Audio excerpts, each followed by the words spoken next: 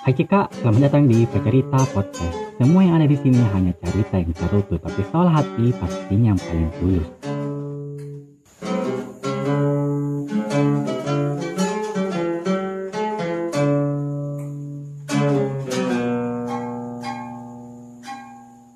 Ya, kembali lagi di Pecerita Podcast bersama saya Fadli Pepong. Ini adalah episode ketiga dari Pecerita Podcast dan temanya kali ini berkaitan dengan kegagalan. Sebelum kita masuk membahas tema kali ini, mungkin teman-teman pernah punya pikiran seperti ini. Menyerah mas saja deh, pasti tidak bisa ya, pasti gagal mas. Percuma aja berusaha, pada akhirnya sama aja hasilnya. Pikiran-pikiran seperti itu kadang muncul saat kita mengalami kegagalan. Kalau menurutku, merasakan kegagalan adalah waktu di mana hidup seperti berjalan di sebuah lorong gelap yang tidak tahu kapan dan di mana ujungnya akan berhenti. Saat kita mengalami hal yang dinamakan kegagalan, pasti perasaan-perasaan negatif akan muncul, seperti depresi, frustasi, kehilangan kepercayaan diri, menyalahkan diri sendiri, merasa tidak adil, sampai kita tidak tahu apa yang harus dilakukan. Ini pasca soal kegagalan, karena ini menjadi keresahanku pribadi. Bukan mau memotivasi, cuman mau berbagi cerita. Karena saya buat podcast untuk berbicara apa yang menjadi keresahanku dan menurutku menarik untuk dibahas. Jadi saya buat podcast merasa enjoy dan semoga kalian yang mendengarkan ini juga bisa enjoy. Baru-baru ini saya kembali merasakan kegagalan. Saya ini kan siswa kelas 12 angkatan tahun 2020 dan tahun ini sudah akan lulus atau lulus ya. Ya itulah. Dan pada saat pengumuman SNPTN, saya nyatakan tidak lulus. Waktu itu saya belum terlalu kecewa karena kan ada pengumuman SNPTN dan SPAN. Saya masuk di kedua itu. Pengumuman SNPTN lebih awal daripada SPAN. Pada saat pengumuman SNPTN, saya gagal, jadi saya sangat berharap untuk lolos di SPAN. Tapi lagi-lagi saya dinyatakan tidak lulus. Di situ saya merasa kecewa, saya benar-benar frustasi, saya sakit hati, dan saya terus menyalahkan diriku sendiri. Seperti saya merasa tidak adil, kenapa menurutku sudah Kak lakukan yang terbaik 3 tahun ini dan punya Kak sertifikat-sertifikat yang menunjang, tapi seakan keberuntungan tidak pernah berpihak ke saya. Sampai kurasa pepatah yang mengatakan usaha akan berbanding lurus dengan hasil adalah sebuah quote yang tidak bisa dipercaya. Ya itulah sedikit curhatan dari seorang Fadli Pepong. Kembali ke tema podcast, yaitu berkaitan dengan kegagalan.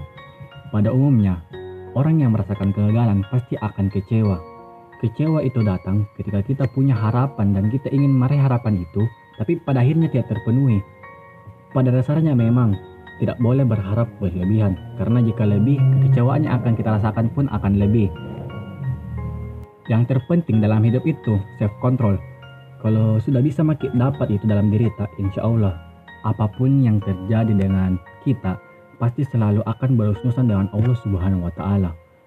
Mungkin tidak seru kalau langsung masuk ke solusi, karena kan biasa solusi ada di akhir, ada di belakang begitu, kayak penyesalan selalu ada di belakang. Oke, mari kita pahami rasa sakitnya kegagalan. Anjay. Apakah dulu?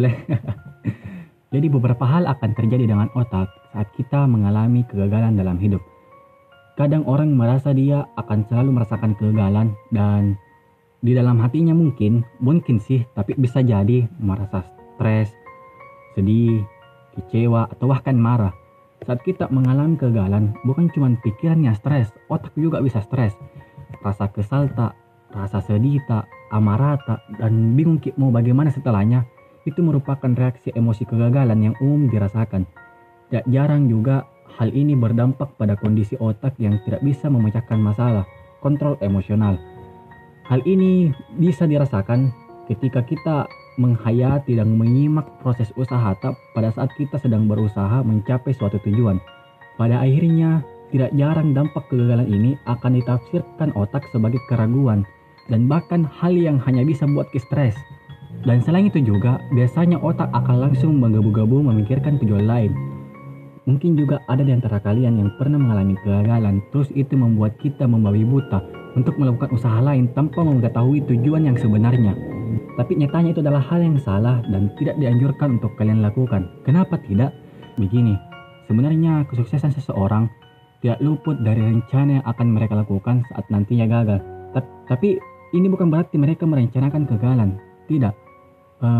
Begini, artinya itu mereka hati-hati merencanakan dan memprediksi hasil dari tujuannya. Mereka memiliki rencana cadangan kalau misal mereka mengalami kegagalan. Jadi ada menyiapkan plan B kalau plan A tidak tercapai.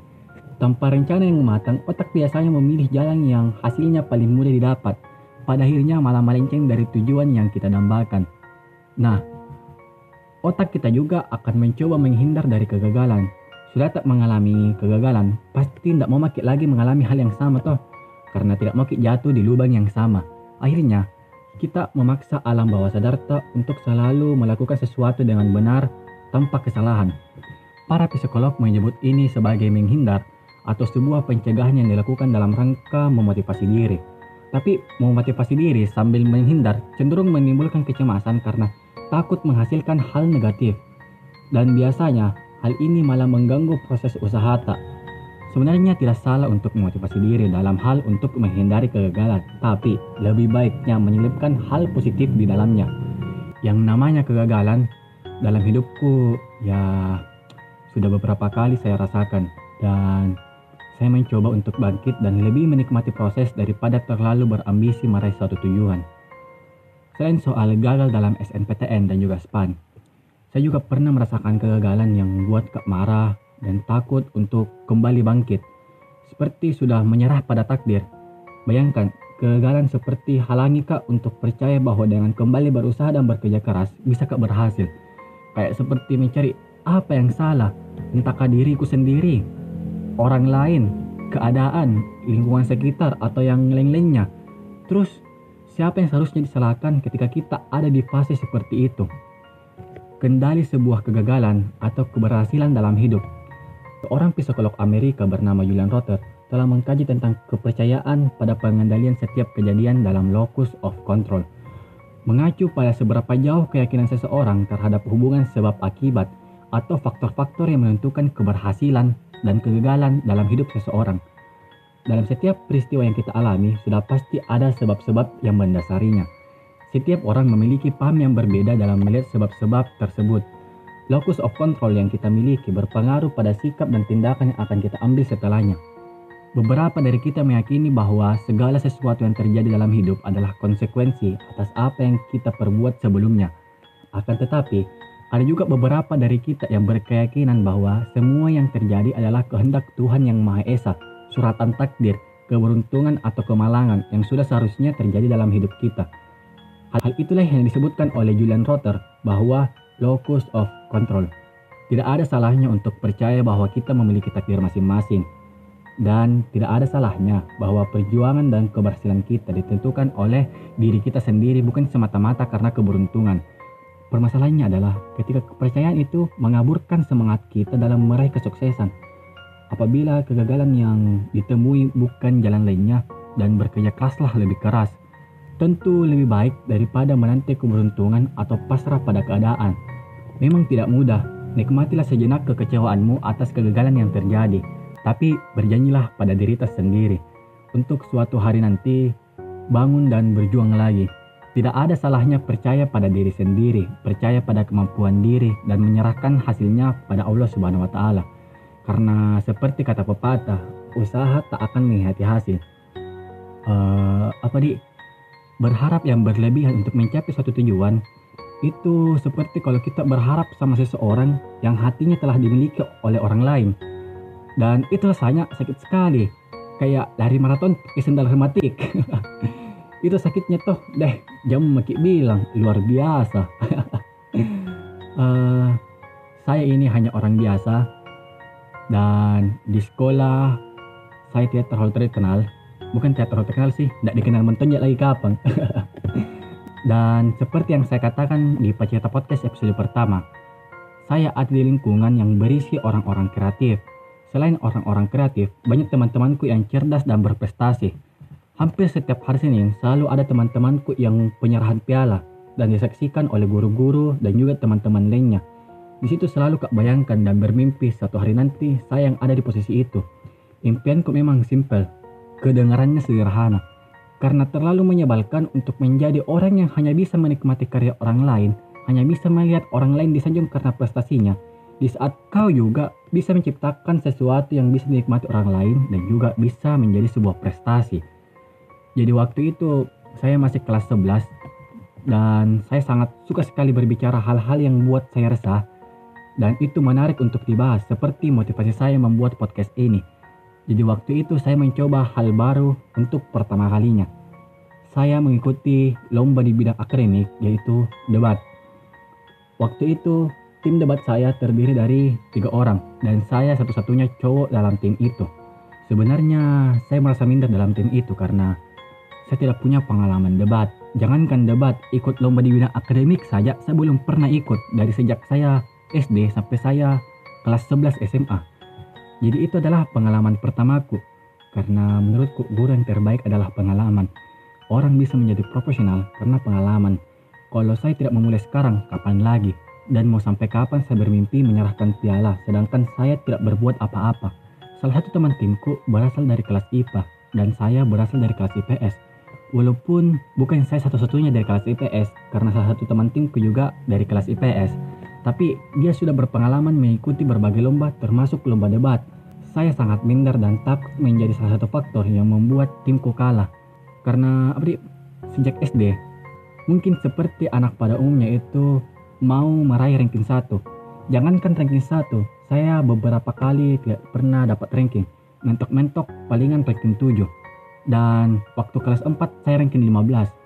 Dan paling tingginya itu saya ranking 6 dari 41 siswa. Itu saja saya dapat cuma 1 kali, yaitu waktu di kelas 6. Tapi saya sangat berambisi untuk membuktikan bahwa saya bisa mewujudkan mimpi saya yang sederhana itu, dan juga membuktikan bahwa anak IPS patut diperhitungkan dalam bidang akademik.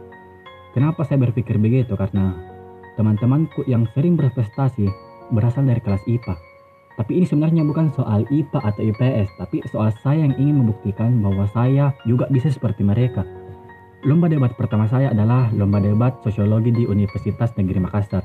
Lawan pertama saya bisa dibilang cukup berat, dan pada saat debat kami kewalahan dalam perdebatan itu, saya sudah tidak berpikir lanjut dan mengikuti babak selanjutnya karena saya rasa timku akan kalah. Tapi mungkin takdir benar-benar mengizinkan saya untuk meraih impian saya. Pengumuman keluar dan saya pun lolos, walaupun selisih nilai kami ya beda-beda tipis lah. Di pertandingan selanjutnya, timku kalah telak dan impianku tidak tercapai. Saya tidak terlalu kecewa karena itu adalah lomba debat pertama saya dan saya sudah punya pengalaman dalam berdebat. Dan itu yang saya inginkan untuk di awal ini. Jadi seminggu setelah itu kami mengikuti lomba debat bahasa Indonesia di universitas yang sama. Waktu itu saya benar-benar belajar dan saya menargetkan menjadi juara. Pertandingan demi pertandingan kami lewati sampai kami masuk ke babak semifinal. Di babak semifinal kami sudah mengeluarkan semua yang kami tahu, tapi kali ini takdir berkata lain. Timku kalah dan kami pulang tidak membawa apa-apa. Di situ baru Kak rasakan kekecewaan yang yang buat Kak menyerah untuk capai impianku. Yang menurutku itu sederhana tapi sulit untuk diraih. Impian sederhana itu selalu hantui Kak, dan itu yang membuat Kak frustasi. Karena ada kata-kata yang selalu saya ingat, yaitu kata-kata Aristoteles yang mengatakan, ketika kamu berhasil, teman-temanmu akhirnya tahu siapa kamu. Ketika kamu gagal, kamu akhirnya tahu siapa sesungguhnya teman-temanmu. Dan saya gagal. Saya berpikir, apa kesalahanku begitu? Apa yang membedakan saya dengan mereka? Kami sama-sama belajar, kami sama-sama makan nasi dan minum air. Atau memang takdirku seperti ini? Ya, jadi saya coba lakukan apa yang saya suka. Apa yang menjadi hobiku, yaitu membuat video. Saya sangat menikmati proses karena itu benar-benar passionku. Dan sampai akhirnya saya ikut lomba video challenge Bawaslu Kabupaten Takalar. Dan di lomba itu, video saya bisa menjadi juara 2. Itu adalah hari terbaik dan paling mengesankan menurut saya, karena impian saya yang sudah saya lama damba-dambakan akhirnya terwujud. Intinya itu kita punya jalan kesuksesan kita masing-masing. Tidak semua tujuan kita sesuai dengan apa yang kita inginkan, tapi bisa jadi sesuai dengan apa yang kita rencanakan. Benjamin Franklin pernah berkata, "If you fail to plan, you plan to fail." Jika kau gagal merencanakan, berarti kau merencanakan kegagalan. Jadi apa pengertian kegagalan itu tergantung kitanya. Bagaimana sudut pandang tak dan bagaimana cara tak mendefinisikan sebuah kegagalan. Kan kalau saya seperti tadi yang kuceritakan, gagal tidak masuk PTN, gagal dalam beberapa lomba. Ada sih juga beberapa kayak gagal masuk organisasi yang kuminati. Tapi itu kembali lagi tergantung mindset tak bagaimana. Jadi waktu itu awal saya masuk SMA, biasalah di masa kalau waktu masuk ke SMA gitu, PLS, pengenalan lingkungan sekolah. Waktu itu saya berniat untuk masuk organisasi OSIS karena menurutku organisasi OSIS di SMA itu benar-benar mengajarkan kita berorganisasi. Ini dari sudut pandangku pribadi.